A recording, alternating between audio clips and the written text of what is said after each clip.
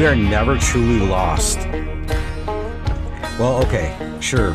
Maybe we get turned around for a few days in the woods, where life just feels like it's getting the best of us and everything's going wrong. And I'm Mike Martin, and I've stood right where you're standing, lost, beaten down, like nothing's ever gonna change. And that's why I built this camp. And that's why I'm inviting you to join me and all the members of this wild community. Because you know what, friend? It does get better. So come along with me into the wild and let me show you this awesome, unique skill set that lays within inside of you. With help from the land, we're going to unlock the steward that's inside each and every one of us that will lead the way out of the darkness and into healing. Here at the Camp of Healing on Project Mindfully Outdoors.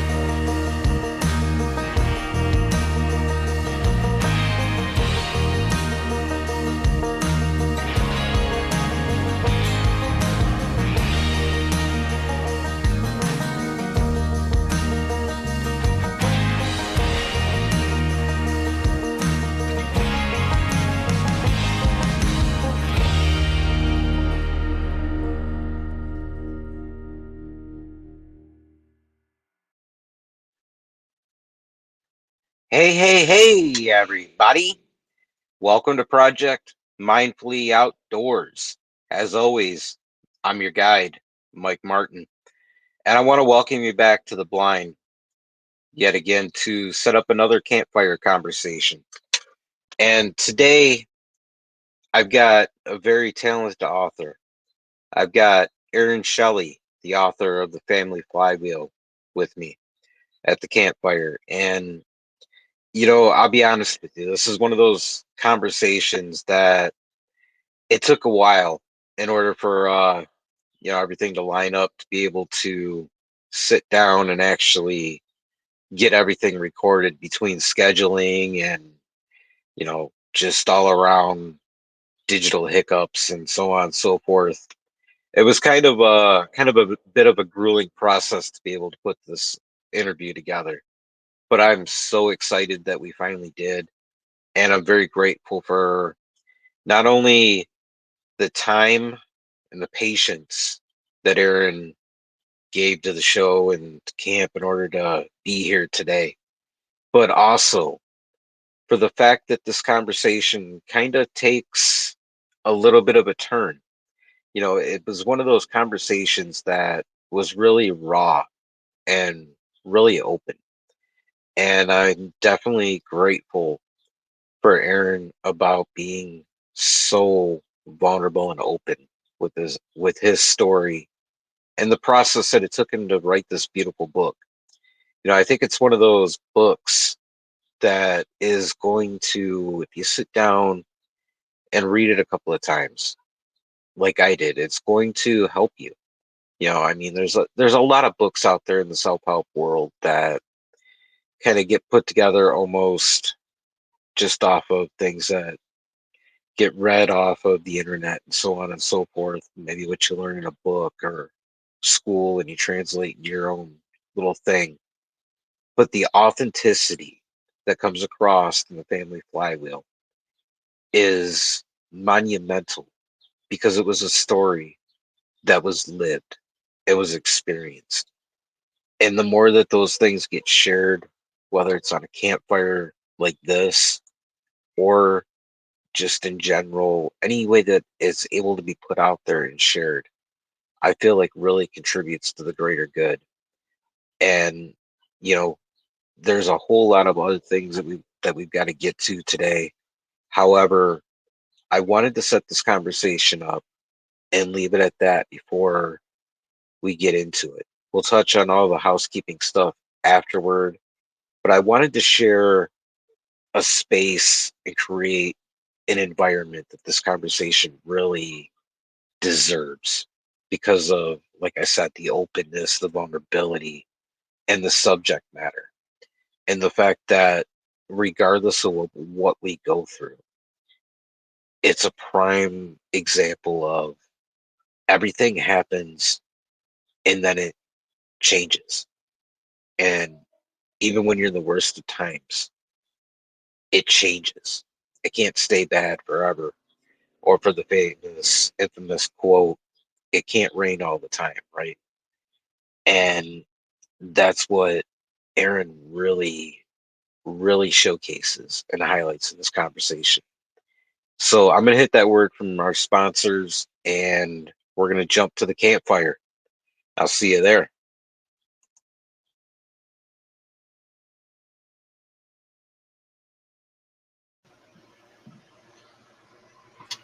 All right, Aaron. So we've tried this many of times. Yes, we have. And you know what? It reminds me because actually I just picked up to start rereading a Daniel Boone biography.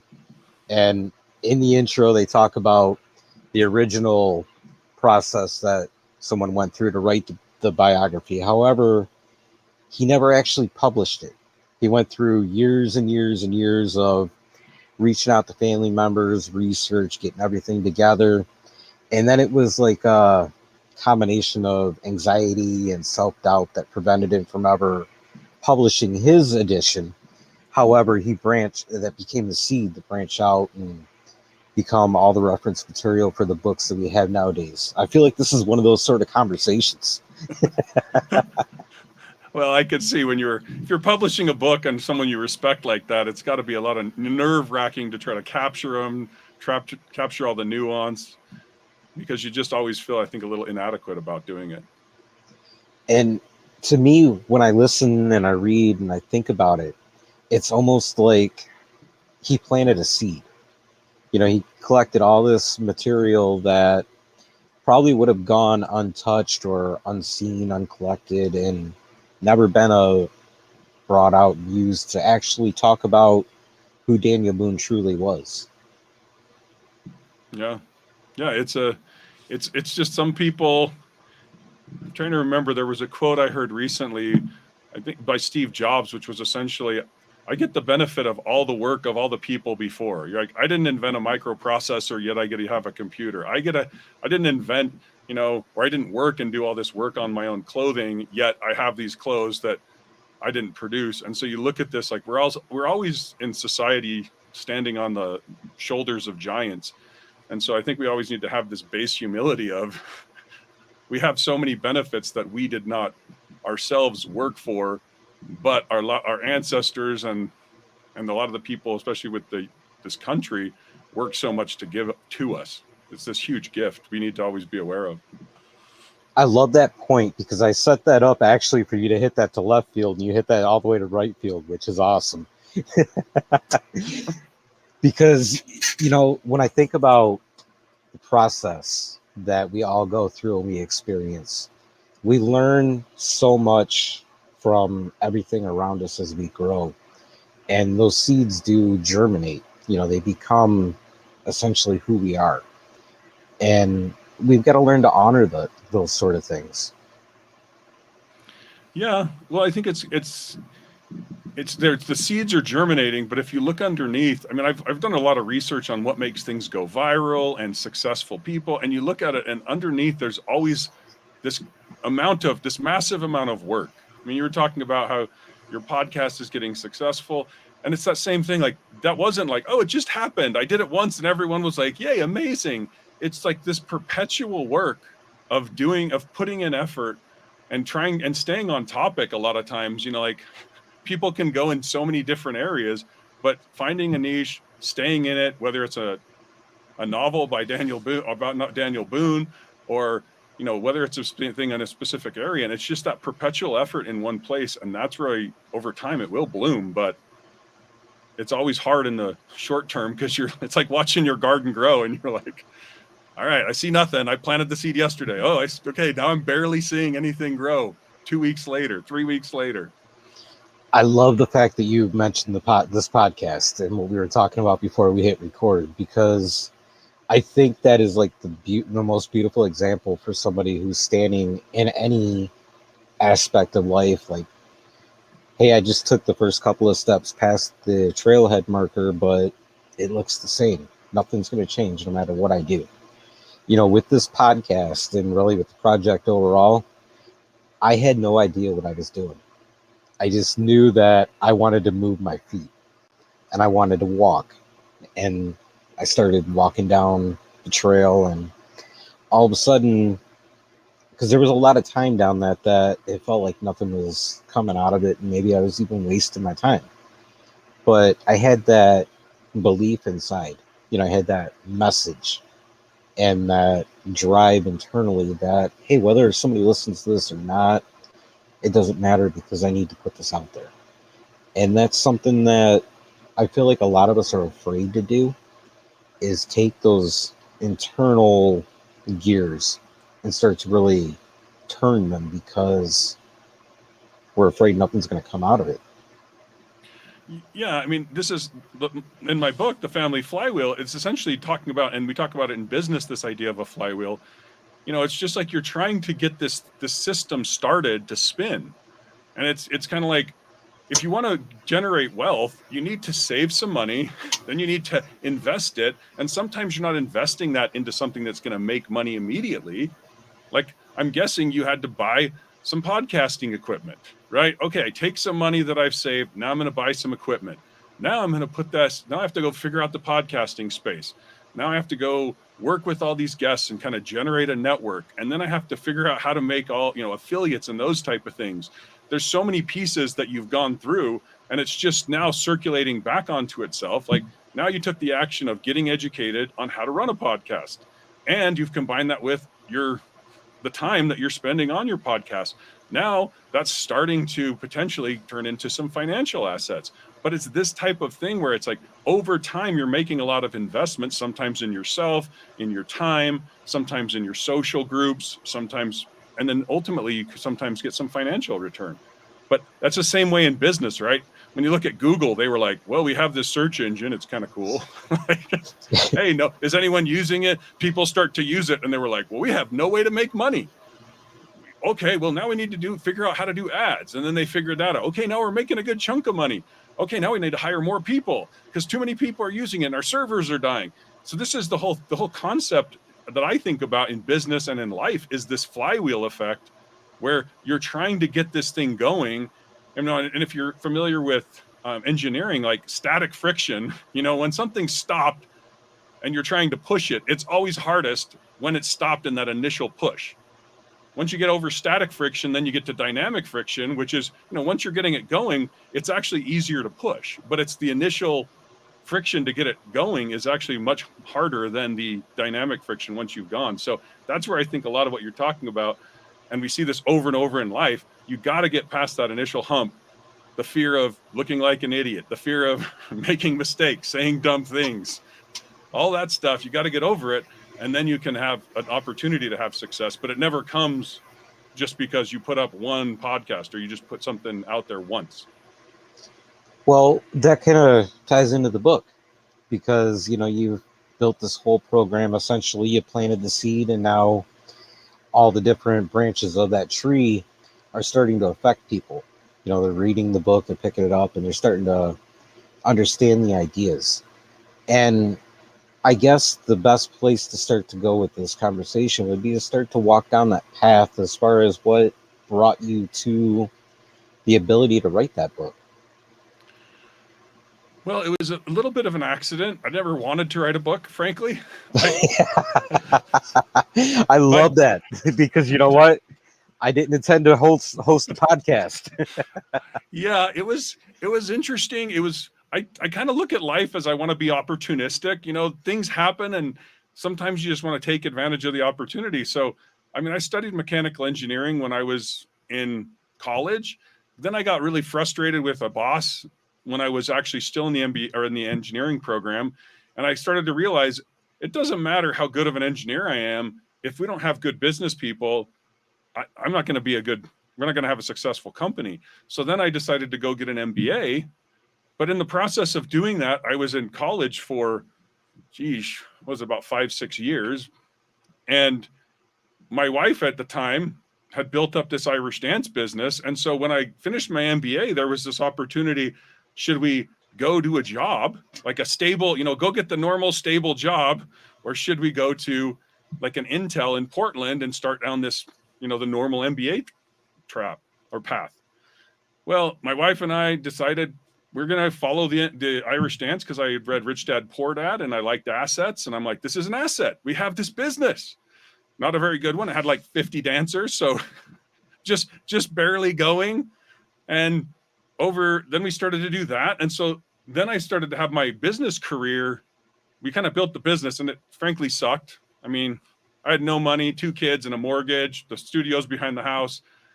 And I was watching my finances dry up and the business was kind of going. You talked about it like, it wasn't making enough money to make everything look good. It was making enough to be like, there's something here. But then it took me I was unemployed for 18 out of the first 3 years out of school. And then I started to work at a company called Ancestry.com. They went through an IPO when I was there. Then I left there. I went to a startup. The startup in 3 years, we spent $11 million and didn't have good success. So we didn't get our next round of funding. So that disappeared. But by that time, the Irish dance business had grown up because we had kept working at it. We'd put out a sign, kept our marketing. So when that happened, I was like, I don't really need a job the same way I did. And then my wife's like, well, what do you want to do? My mom happened to connect me to a guy who was writing a book on entrepreneurship and family. And so I helped him research his book. And I said, hey, here's what I think's a better model for your book. Got all excited about it. And he said, that's your book, not mine. I'm like, but I didn't want to write one. So at the time there was some big things. At that time, I had a friend who I'd grown up in the same neighborhood. My mom sent me an email and he had been sentenced for rape and attempted murder to life in prison. And I had 4 kids at this time. And I thought, what in the freak just happened? How, like, we were on the path. I played football. We were in the same church. We lived on the same block. We were close by. And he wasn't my best friend, but I played football, went to the same high school with him. And I looked at that and I'm like, I do not understand why some families don't work and why they do. And so that's really where this came out of. I've started to research family and business. And then I started to go, wait, I need to understand the mechanics of family. So that's where I did this deep dive in the book on what I think are the different facets actually. So I can actually look at a family and say, is that going to succeed? Is it going to fail? What are the core components that are missing? Very much like you do with a business. And so I had the book, and then I had this, because I'm opportunistic, a friend called me up, said, hey, you want to work for this company? He had 20 people. I'm like, sure, I want to work with him. I'd known him for about 13 years, actually. And then 5 years, I think it's about 3 years later, we took $54 million in private equity, pretty good exit. And then a year later, I was able to step away from it. And that's when I've got back to the book and actually published it and had the time. I mean, the process of publishing the book was murder. Like, editing. I mean, I had 3 different editors through this course, and I changed a lot of the ideas because as I grew the company that I was with, I started to see a lot of the ideas kind of get built out because I was seeing it in a business sense. And then I was like, oh, this applies to family as well. And I was also operationalizing all these ideas in my own family. So that's really it's a little long story, a little bit about the genesis, but that's really how the book came about. And now I look at it and I'm like, well, what is the most important thing I could be working on right now? And I think it's helping families be successful, because I see so much suffering in our society. Children that don't come from solid families have so many problems, and then they grow up and then they have families and they don't know how to do good families. So this is a self-perpetuating system of negative problems. And so I'm trying to help, like in business, we call that the death spiral, but I'm trying to create this flywheel of success for families, because I don't think it's not rocket science. It's just people don't understand the relationships. So that's really what I'm trying to help people with and show them, because I've just seen so many people be frustrated, like with their kids, with their own families, not being able to get married, so many aspects of family. And I'm like, there's some complexity, but it's not a horribly difficult game, I don't think. I think I probably feel like I've been on both ends of that horrible game. I've had my moments of trying to make a family work that didn't work. And then, I've had my moments of being able to focus on the things that are most important to me in the under the umbrella of family, and that being my children.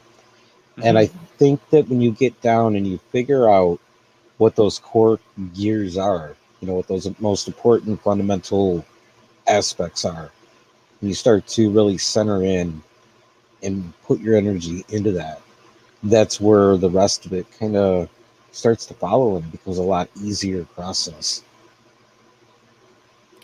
Yeah, I agree with if you know what the if you know what the outcome and the goal that you're trying to achieve, it's so much better for you mentally. Because if I mean, I was at one point, I washed I washed dishes one summer and cleaned toilets for a family camp.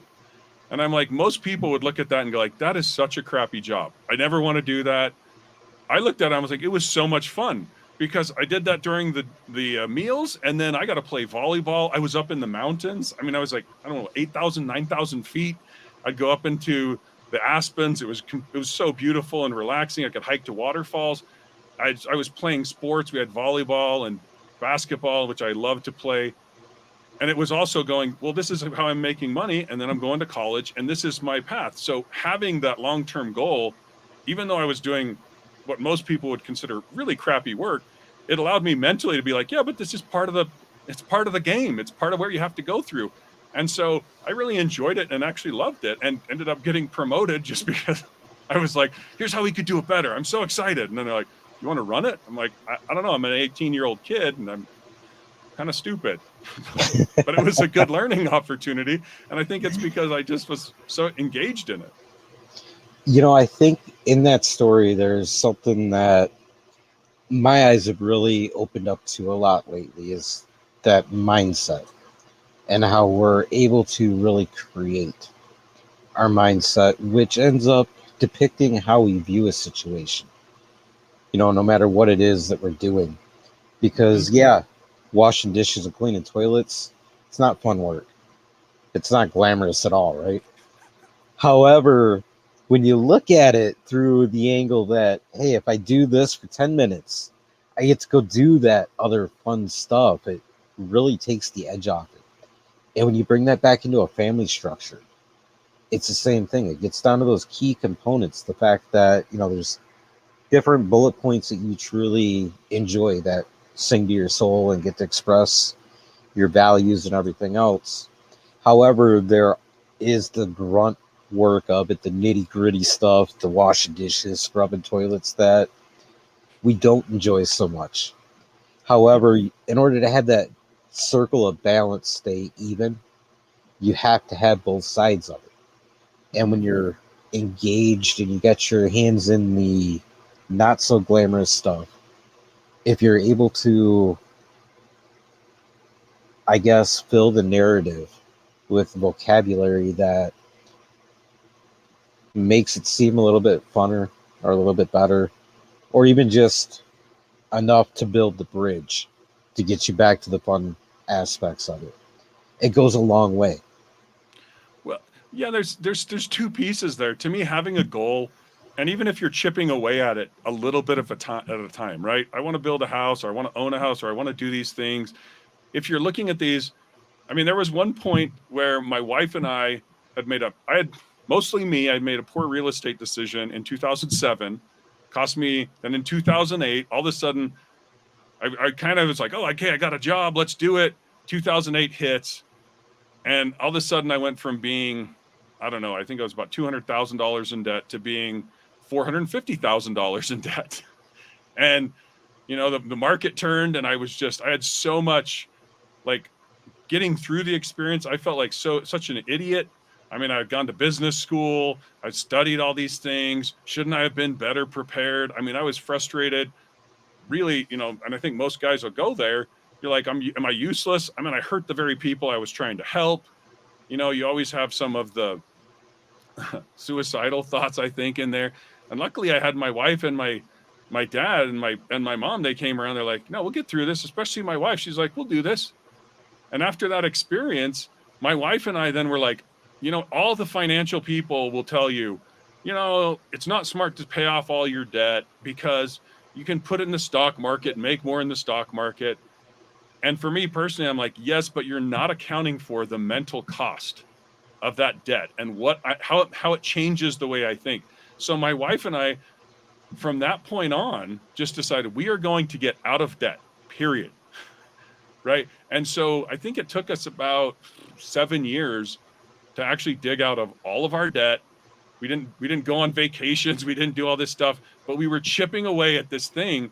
And man, when we paid that debt off, and that was the last piece of debt. We didn't have any debt on cars, but we were both working and doing this, and it felt so good, both the freedom and also the fact that my wife and I had done it together. Like, that's the thing that I think a lot of people don't realize, especially for men.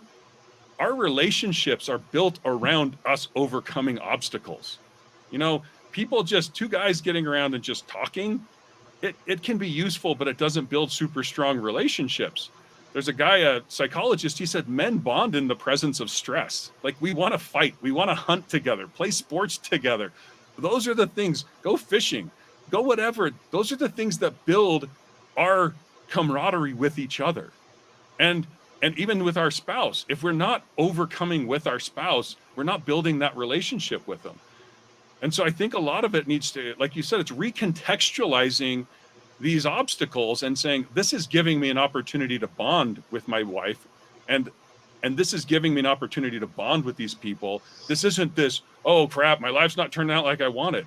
It was, and it took me a while, going through it, and then finally getting through it, to go like, I built that relationship with my wife, and it was built on pain in some ways. I mean, so that's you where mentioned it. You mentioned something in there that I want to stop real quick, and if you're okay with exploring, because I know a lot of guys that deal with the suicidal thoughts and ideas and stuff like that shove it down, and ultimately it ends up getting the best of them. So I want to take a moment to really stop this conversation and explore that mindset, because I like to, I guess, in a way, make it okay to have those feelings, to be vulnerable in that position. So can we talk a little bit about the mindset and the space that you were in during that? Yes, it's not a great one. Well, yeah, I know that. I mean, I've been there myself. Luckily, I came out the other side unscathed. And that's why that's such an important thing to me, to erase that stigma around. Yeah, it's interesting. If you look at most people, most men, this is, from what I've seen, this is different for women, but most men, if you look at why they're looking at suicide, in almost all cases, they'll use the two words, I am useless or I am worthless, which is interesting, right? It's not saying I'm being cheated by the world or it's such and such and such. It's really looking at it and saying, like, I felt worthless. I felt worse than worthless. Like, my job was to protect my family and provide for them financially. That's what I thought my job was. And then I had compromised their financial well-being. Right? So that, to me, is where I looked at that and said, this is not what I'm supposed to be doing. And I feel worthless. I feel like I loved my wife, I loved my children, but I looked at that and said, it would have been better if someone else was here, or if I wasn't here, because then they wouldn't have made this bad decision. So that's, I think, the big thing that people need to look at and understand. It's worthless and useless that men need. So a lot of times, I mean, when I didn't have a job for those 18 months, it was the same feeling.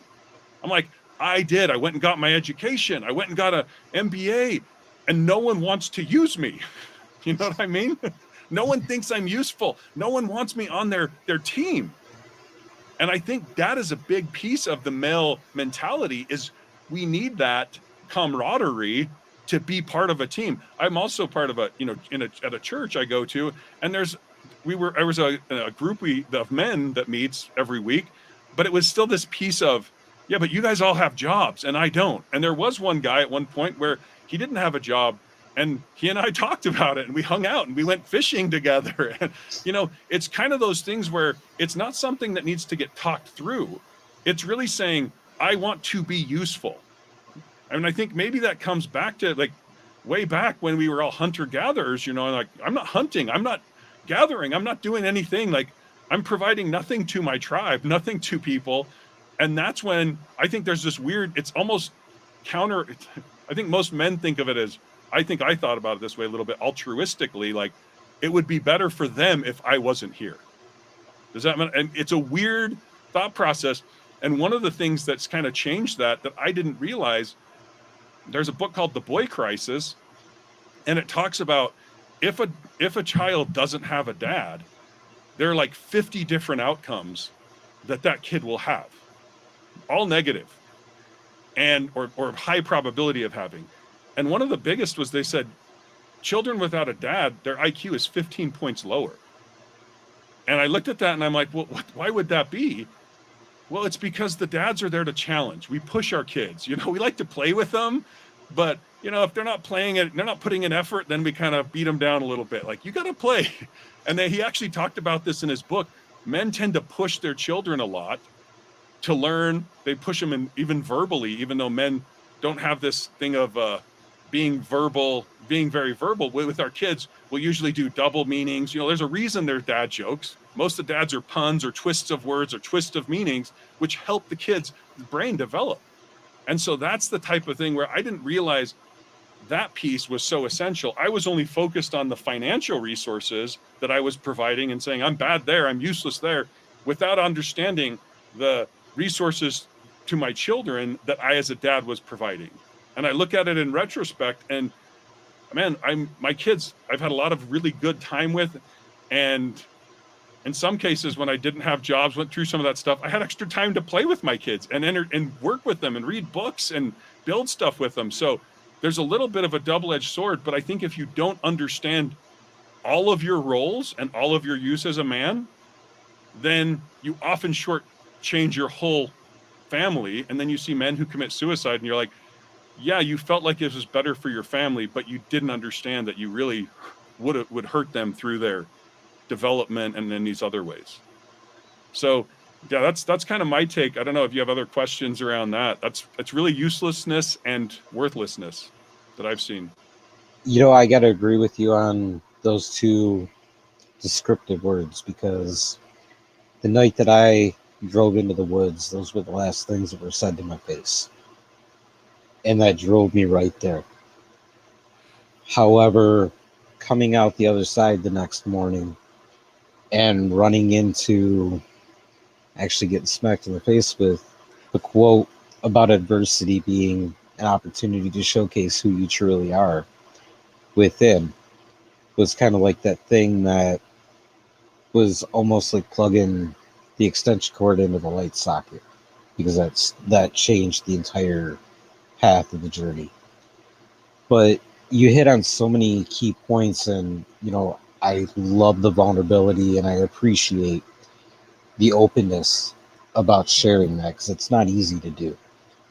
And we get caught up in those two terms, but then we get so stuck within ourselves on how awkward that feels. You know, how nobody's going to understand. Because two guys having a conversation, I could say, you know, I feel like I feel like I have this struggle, and that may be the outcome. And then they're going to look at you and go, come on, just get up and go. And number one, it's because they're trying to push you to continue to go forward. However, number two, they're looking at you scared, because inside they know that they can have those same exact feelings, be in that exact same position and not know what to do. Yeah, I think this is the importance of the male brotherhood, having other friends that are men. Like, for women, they like to talk about stuff, but for men, our testosterone, a lot of things makes us so we want to take action, right? And so when I was going through these struggles, like I said, in that case with the debt and with my job, it was my dad and it was a couple of friends I had who were constantly like, okay, what can we do? My father-in-law was involved there a little bit. And you know, when they were helping and they were doing stuff, it was beneficial, but it was me getting back in the game. And even I would say, when I had these are my three hells, as I refer to them: the job, the home or the real estate purchase, and then I actually got audited by the IRS about 5 years ago. And during that IRS audit, it was just, my brain is so creative, and they're like, hey, they send you a letter, and then you're like, oh F. Like, they could throw me in prison, they could take my house, you know, like my brain's like, here's all the ways they can screw me over. And it gets pretty bad, you know, you're like, oh, I could get raped in prison, that would be fun, you know, like, it's just, my brain would never shut off. And finally, I called up a friend of mine who had known, and he was an accountant. He's like, oh yeah, I deal with this all the time, yeah, here's how it is. And that helped me, because I'm like, oh, we're in this together, you know what I mean? It goes back to this. I think we've kind of, so many people have kind of put this, I think the independence in the United States has kind of put life, as most men visualize it, as kind of a single player game. I'm playing alone. But the reality is, it's not. It's a multiplayer game, and you want to go in with a whole group of friends, and you want to have a whole group of men who are fighting with you. And I've looked at my different groups, my other guy friends, and I'm like, yeah, those are the people who know what it's like to have the weight of a family on your shoulder, and dealing with the wife, especially when there's pregnancy, all these, I mean, there's so many different things that women go through as they're having children and raising children. And then there's so much that men are going through at different places, but not having men there makes it so much more difficult, because you're like, dude, I'm alone, I don't know what to do. How do I deal with my wife? How do I deal with my kids? How do I deal with spending? If we spend too much money, you know, we get into debt. This game stops. This whole lovely world I've created stops. And that's what I was always worried about. I mean, I had a spreadsheet when I was having difficulty getting a job and keeping it that I called How to Die Financially, which was just a graph going down to the right, you know? And so there's these places where I was a little pessimistic, but having other guys, men around you who have been through that, and who are like, you know what? I got your back. If crap hits the fan, I knew my dad would not allow my family to go hungry. We would always have shelter. I knew my father-in-law was there. And I think a lot of it's like, and even some of my friends, I think, would have jumped in. So it's this whole thing of getting a group of men is very important. 2 men to support. The problem is, we don't just like to sit. We always like to, let's go play a game, let's go do an activity, whether it's a sports, or let's go hunting and fishing, go to the outdoors. It's those type of things. And that's in the book where I talk about social resources. It's in your bank account, you always want to have an excess of financial resources. So if, you know, your car breaks down, you can pay the $500,000 to get it fixed. But you need to have those social resources as essentially a bank account against, and especially for your mental health, against some of these issues that happen in life. Like, crap's going to happen. Your spouse may get sick. Your kids may get sick. I mean, I had a daughter who just broke her leg, you know, wasn't cheap financially to get all the operations she needed done. But we had the money, and so we were fine. So that's the type of stuff where we need to have these reserves of financial, social, and human capital, human resources, so that we can survive some of these things. Because I think if I hadn't had those social resources of my dad and some of my friends when I had gone through that thing, I may not be here today. See, it's cool the way that you articulated that, because it really kind of ties together a lot of things that I've been deep diving into a lot lately. And I feel like we've really, as a society, drifted away from. And that being, first of all, most importantly, the underlining theme of that being how we suffer more within our own head than what reality has. You know, I believe that Seneca really hit that nail on the head with that point. Because we get caught up in all the what ifs, and it triggers all the anxieties and all the worries, and can lead you down those dark paths of suicidal thoughts. And, you know, I'm not good enough to be here. I'm not worthy, this and that. And it kills that vocabulary of self-talk. And when you get down in that hole, like, it's hard to dig yourself out the deeper it gets. And the other being that social aspect. You know, when you think about before the great, American and Indian wars and everything like that, there was such a emphasis on community and support within those Native American cultures that, as European Americans expanded and took things over, we kind of didn't necessarily look at. We didn't necessarily think about how to adapt that into our own way of life. It was more about chasing what we feel is God given results, things that we deserve just for being here and putting in the effort. But if you get back to those roots, those simpler aspects and times, you can find so much support and easy answers for really that self talk and all that suffering that's going on in your own head. Yeah, well, I think a lot of the community stuff historically was around your church groups, right? It was value based social groups, and that's where I think we've de-emphasized those. A lot of people are leaving church groups, and they're not understanding that they're having this reduction in social resources, right? That's where I call them. I break my resources into financial, social, and human. And social resources in the business world, I think we'd all know that's sales team, that's your marketing team, that's your brand. All of those things are super important to a business, right? And that's the community building aspect of your business. But in our families, we used to have, moms used to be very much on the community level. My mom did tons of community work with Boy Scouts. My dad did Boy Scouts. She also, was doing, she helped in schools. She helped in a lot of different environments. And that was all what I would consider community investment, but it didn't have a financial return, right? And that's what now people seem to have reduced their amount of investing in a community. And now they're just investing their time and energy at a job for money. So you're like, well, yeah, you have more money.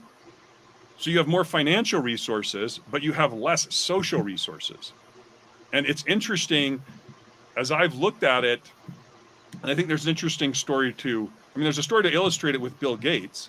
So Bill Gates' mom, she worked as a teacher, got her teaching kids. She married her husband lawyer, and then she had 3 children. Then she stopped working, just taking care of the kids. Once the kids got older, then she started to invest in social resources. She started to invest in the community. She served on the board of the University of Washington, and then she served on the board of United Way, right? That's service. That's building up your social connections in the community.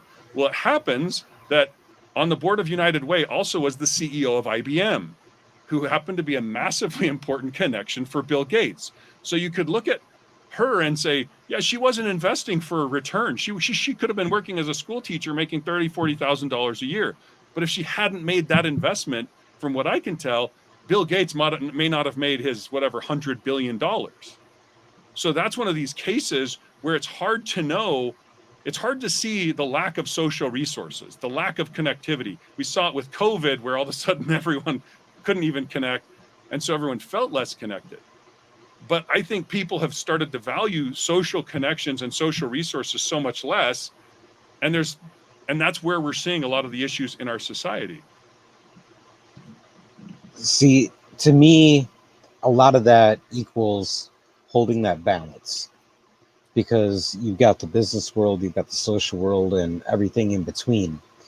And it's easy to get caught up in one end or the other because it's distracted.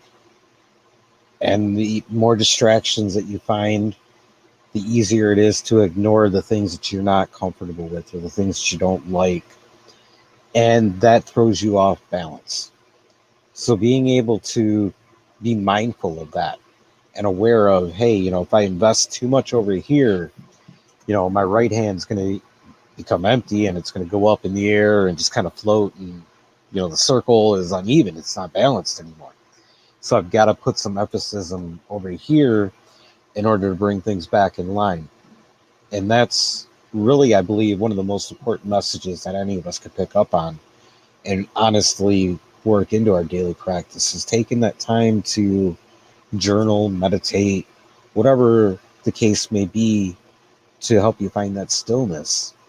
But to really take some time and focus and think about finding that balance and how are you honoring yourself. And once you start to do that, then it projects outward and it brings in your family, it brings in whatever your career is and whatever other social engagements that you're into. it brings you into the moment and it allows you to fully invest within what you're doing. Yeah. Well, yeah, I totally agree. The one thing that I think is interesting, if you look at that story with Bill Gates' mom, his dad was doing all the investing for what I would call financial resources. Then the mom was doing a lot of the investing for social resources, right? And it's the same way in a business. You'll have somebody working on marketing, and then you'll have somebody working on the product that you're going to sell, right? You need both people. And it's the same. So many people, I think, they've either lost the idea of specialization or misunderstand it, where you're like, the women are now trying to do what the men used to do, and the men are still trying to do the men thing. And then it's like, hey, let's get in a family, let's build a family. And you're like, but we're both doing the same roles. If all we're both doing is making money, there's not any benefit to the larger organization, right? What I've seen with my wife, like my wife and I have an Irish dance studio we've run for 20 years. It's been great. She does all the teaching. She deals with the teachers. She deals with the parents. She deals with that type of stuff. I deal with all the technology. I've never danced a day of Irish dance in my life. I've never taken a class, but I know enough about it I built an app for it.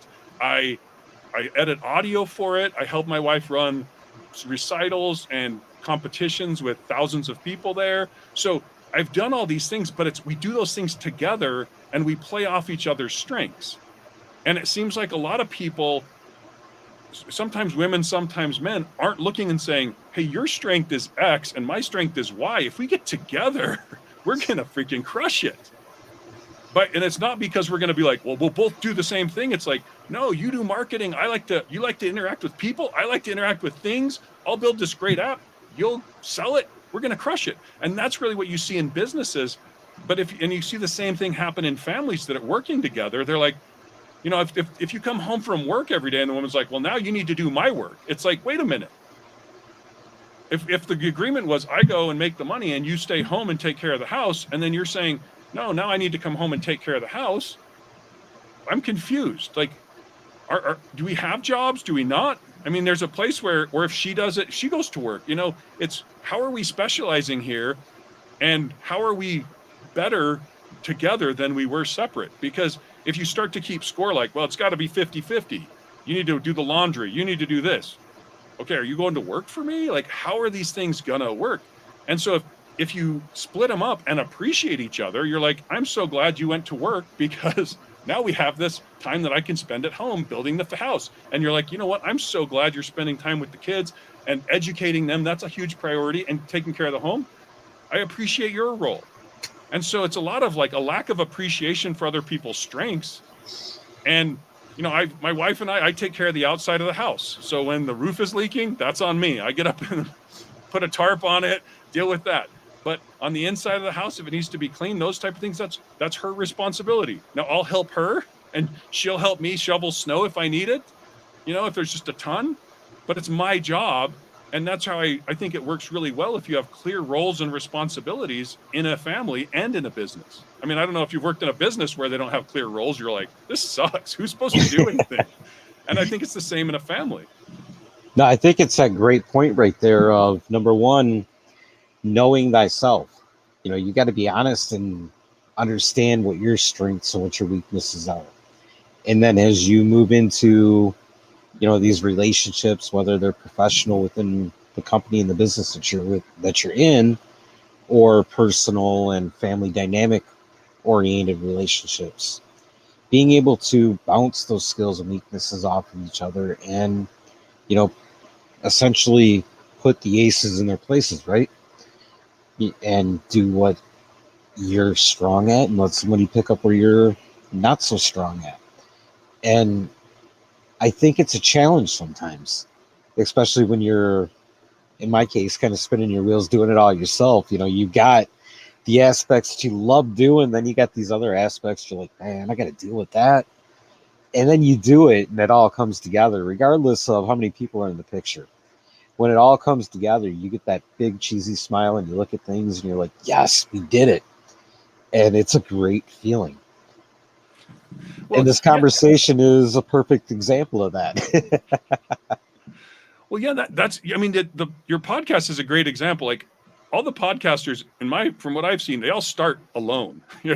Okay, Right. I've got to figure out all the podcasting, then I've got to figure out this, got to figure out all the marketing, I got to figure it all out. And then over time, almost all of them are, okay, I'm going to hire an editor.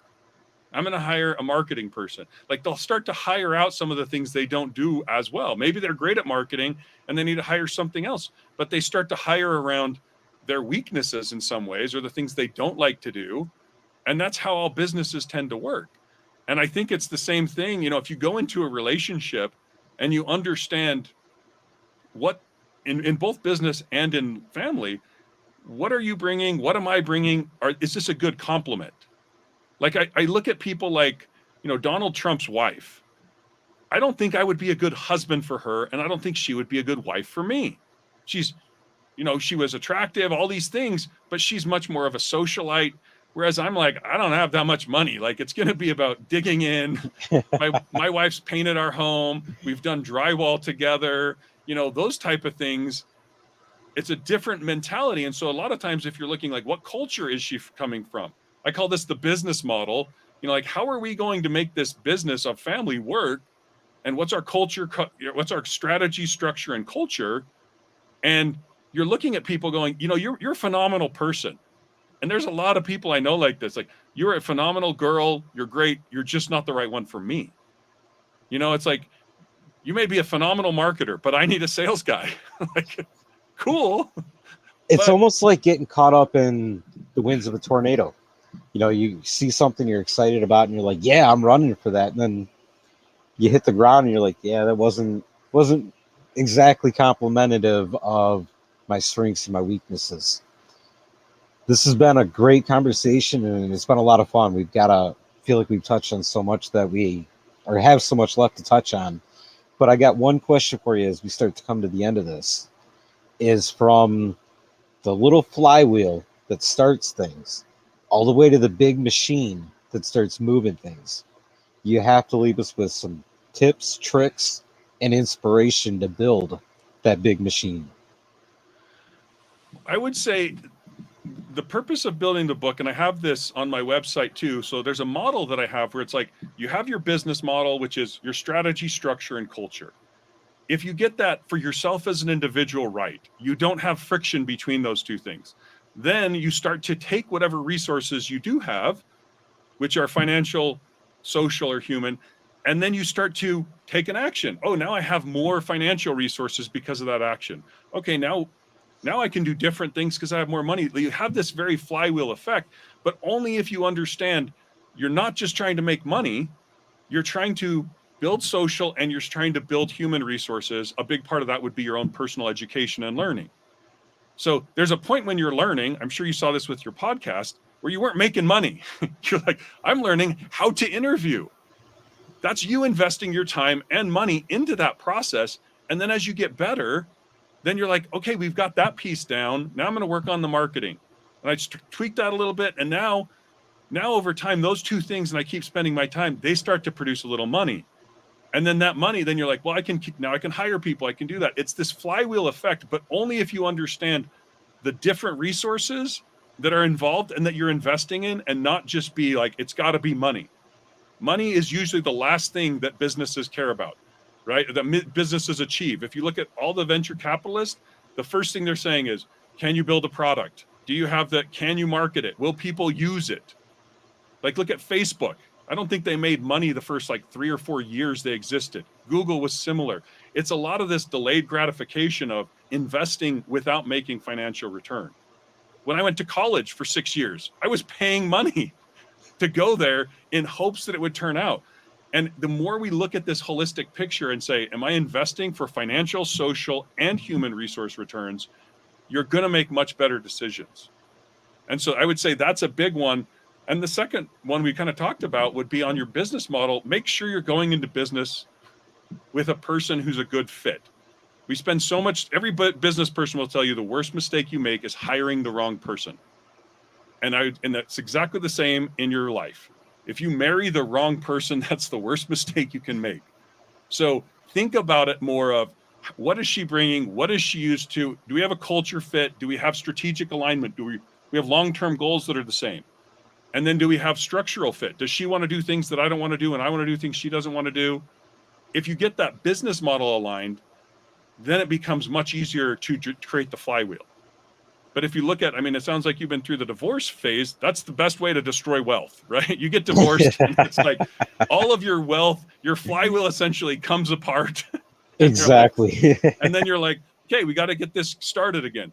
But often you learn what piece of your flywheel didn't work. Oh, I married this girl and she had a different culture than we did, or she had different roles. So those are the things. It's like focus, make sure you understand the resources and how to invest there. And then also make sure you, when you're going in to the business, make sure you have someone who's complementary on your business model, as a family business model, as I refer to it. I think it's when you look beyond the one single marshmallow and you keep your eyes on the two or three that are sitting a little further down the picnic table, that it gives you that idea or that opportunity to find some clarity. And within that clarity, the proper steps really lay themselves out. Yeah, no, I think it's interesting because when I wrote the book, I had no sense of, oh, I'm going to do podcasts. It was like, I didn't have a station for it. And then it's like, oh, now I need to do podcasts. Now I need to start down this other path. Now I have this asset of a book, but if I don't use the asset, then it has no value. Like now I have to use that and try to make it work and see if it's going to provide value to people and see if they see what I see.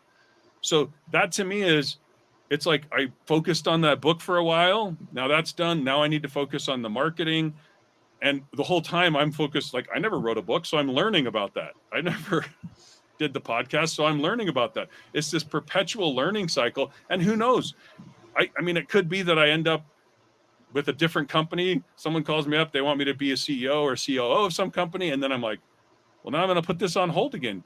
But maybe the skills that I developed in doing podcasts and talking to people, that was it. That was essential to me going to the next level. So it's always hard. I don't know. I feel like we're kind of planting seeds sometimes, but we don't know what seed we're planting. You know, is it a grain of wheat? Is it an apple seed? Is it an oak tree? And then as they kind of come to fruition, you're like, oh, now that I have an oak tree, now I can do cabinetry. And then it's like, that's where I feel like a lot of life is. We take actions and sow and build connections, you know, build some of these social resources. And I mean, this last job I had that we did so well with, it was a friend of mine for 13 years who called me up and said, hey, so you have the skill set you've developed it through all these weird jobs. We need it. You want to come over here? I'm like, sure, let's do it. And so there was no sense that my investing in that relationship with him was ever going to yield any fruit. I mean, I've invested in so many relationships that haven't yielded that level of fruit for sure. And some of them have not worked out or have just, you know, lost over time. But it's like you say, it's this, you're planting seeds and sometimes you'll be able to take advantage of them in your life. But if you're not planting, if you're sitting home watching Netflix, you're not planting anything and there's never going to be a harvest for you. No, you're right. You got to get out there and you got to live. You got to pick up the shovel, dig the hole, throw the seeds in there and kind of let them grow as they do. Or get in a tent and record podcasts. You know what I mean? Like, exactly. This is the weird thing when I've looked at so many successful people on the different social media, different areas, and it's never the most successful people that I've seen. It's never a straight path. It wasn't like, well, I did X and then I wanted to do the next thing and then I did the next. And from the time I was 6 years old, here was my plan and I just executed it. No, it's always like, hey, there's this opportunity. Here's my resource set. What's the coolest or best action to take now? Boom. Here's what I feel like I'm going towards. Here's what I feel like I need to do. Boom. And I mean, I had a podcast I did with a Google engineer and I'm like, why are you doing this? You obviously don't need the money. He's like, well, it's helping me learn how to speak better. It's learn how to communicate better. And who knows, maybe it gets him a management position or maybe it pushes him in some other direction. You just never know. But if you're constantly investing in yourself and in your learning, so many opportunities will present themselves in your life. You'll be wealthy. You're absolutely correct. So as we do wrap this up, though, you got to let people know where they can pick up the Family Flywheel as well as how they can get in touch with you and whatever you got coming up. Yeah, so the book's on Amazon, The Family Flywheel. And then you can find me on the social media, LinkedIn and Facebook at Aaron K. Shelley. And then I've also got a website, thefamilyflywheel.com. where I have some resources that support the book and help you go through the different resources, help you identify what resources you have, then also what business model you're using in terms of your strategy, structure, and culture. And that kind of, if you're married especially, that helps if you do it separately, because then you look at it and say, your culture is this, mine's that. We got some conflict we need to work through. Because once you get alignment with your family culture, you're going to see this massive flywheel take off of wealth from what I've seen. So those are the main places. You can also contact me at aaron@thefamilyflywheel.com. I always love questions, and I love to help any families that I can, because that's really my mission right now. So, Well, brother, it's been an amazing conversation. I love the book. The book was great. And stay in touch. We'll have to do this again sometime. sounds great, Mike. It was a lot of fun. Appreciate the time. Absolutely. All right. That is it. That is all. And that is the end. My friend, we have reached the end of yet another campfire session of Project Mindfully Outdoors. And I am truly grateful that Aaron took the time to share his story the way that he did with us. I think this was one of those beautiful campfire sessions that you not only walk away having learned something and grown from the seeds that were planted, but truly inspired. And it was a beautiful talk. So I hope you enjoyed it, and I hope that you got some value as well. And, those seeds that were planted begin to germinate for you. But on that note, I want to take a moment before we get out of here to talk about something that I'm super excited about for this summer. And if I'm going to be completely honest here about this one, I I've got to pass some words of thanks, sincere gratitude to Aaron for inspiring this a little bit. He doesn't know about it, but after this conversation, I did a little bit of brainstorming, and I put together what's going to transition into the next phase, of camp, because originally I had envisioned this to be more than just a digital community. And if you're in or planning on being, or just happen to have some time and want to come to the lower Michigan area anyway, you can join me in the field. You can hit the trails with me, and I can't wait to do this as a part of the Mindful Adventure series. I'm going to take a handful of people out on each different little trip, and we're going to spend the day not only in the field and more specifically on the trails, but we're going to get into some meditation and teach you a little bit of stuff and some cool techniques and skills to help you foster and build that connection with Mother Nature and with yourself. And then to top it all off, and this is the part that I'm really looking forward to, and I can't wait to share with you guys, is I'm going to teach you some outdoor skills as well.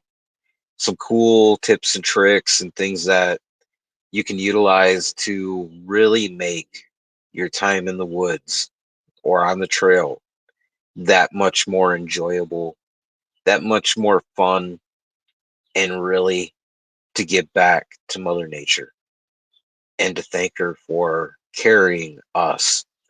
So, look, if you found any value within this project, the podcast, any of it, I can't wait to get on the trails with you this summer. And if you want to join me, remember space is limited, so act quickly. Swing over to projectmindfully.outdoors.co and you'll find all the necessary information there. You can reserve your spot, and we're going to hit the trails. And until then, and until next time, my friend, I'm calling for you to get out in the wild, because that's where the stillness and the adventure lies. See ya.